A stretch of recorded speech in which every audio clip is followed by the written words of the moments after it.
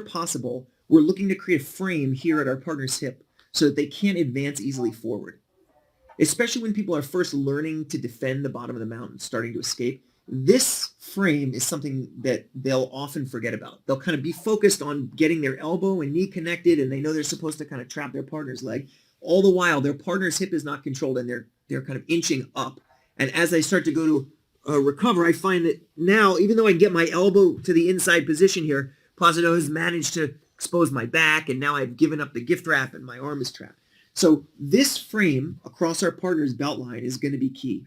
The next thing is this arm, the second arm, we're aiming to get it to the inside position. So what is the inside position here? Even if Placido has his knees clamped in super tight, we can usually find a way to get our elbow here inside between our partner's knee and our rib. So this is going to really be the starting place. This is where we want to go.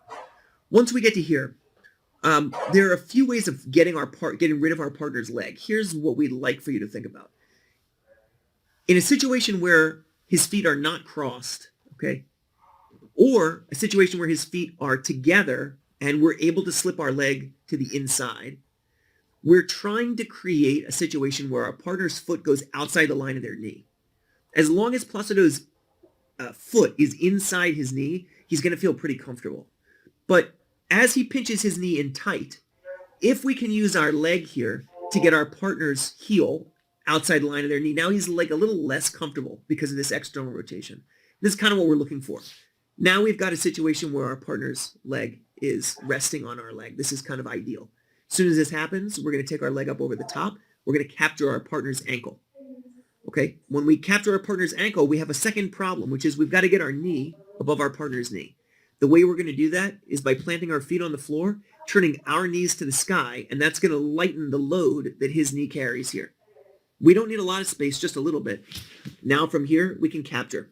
So we've begun the work of getting ourselves back from the bottom of the mount to at least trapping one of our partner's legs. Now we have this leg trapped. We're going to switch our base. So we're going to replace our forearm frame here, the right one, with the left one. And then this hand is going to move up to our partner's bicep. It's not going to come down low. We're going to bring it here so that we can prevent our partner from controlling our head. As Placido goes to get the crossface in here, we have the ability to turn. And even if this knee is on the inside and nice and tight, we're now back in the half guard. From here, we take our arms to the inside. We're going to look to hip out a bit.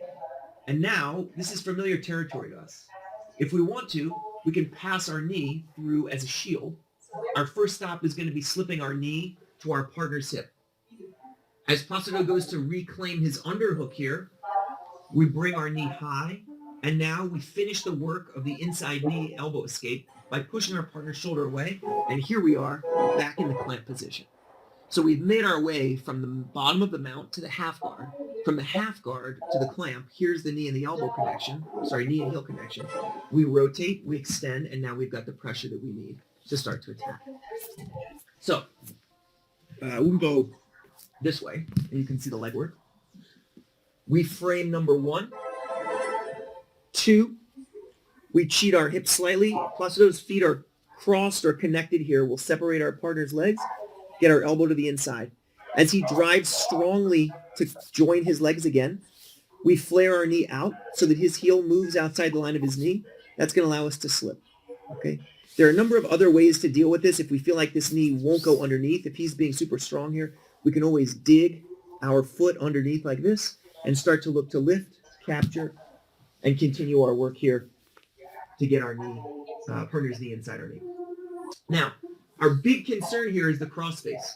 So we put our frame in underneath, and our second hand comes here as bicep control.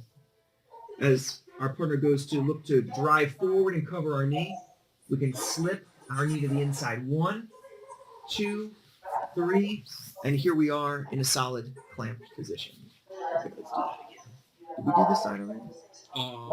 Yes, that was the first thing that we showed. Did we do this side already? No. Great. That's the opposite. Excellent. Okay, so here we are. So partners cross facing us. We put a frame in 1. We turn our hips 2. We take our elbow to the inside. If Placido has his feet crossed here or his legs locked, we're going to look to get our feet to the inside, straighten the leg. And now, as he goes to hold on tight here, we're looking to take his heel outside the line of his knee. We're going to capture. Feet go to the floor. We take our knees to the sky to lighten his knee so that we can pass our legs through the space. Now, we pass our second arm through as a frame, and then our inside arm swims up so that we can start to get this inside bicep. Often this will be a two-step process. We'll put our hand here on our face, and then as our partner goes to recover here, we turn and we flare out so that we can get this bicep control. As Placido goes to advance forward, we have this arm in place. Go ahead, drive forward, please. We can hip out. The knee can come in right here as a shield. From this position, as he goes to drive further forward, we can slip our knee in front of our partner's shoulder. From here, heel and knee connect. And now you'll notice we meet all the criteria that we need to be able to control our partner from the clamp. We're on our side. We're holding our partner's tricep or our partner's wrist. We have our top leg turning down, heel and knee connected, and we have our thigh pressing against the back of our partner's shoulder. Once we have this, we can create a little bit of an extension that's going to help to tighten everything up. And then from here, we can go ahead into our various attacks. So what we have essentially when we're in the bottom of the mount is we're looking to reclaim first half guard. And again, we're not breaking new ground here, but I think that the fact that you have a clear direction about where you're headed is very important. We're going from bottom of the mount.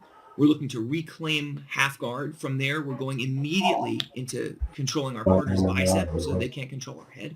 And then from there, we're heading up into the clamp position where we can use our legs against our partner's upper body. That way we go out of the mount directly into an attack, and we're starting to get back into the pole position once again. We're looking at ways that we can get out of troublesome, problematic positions like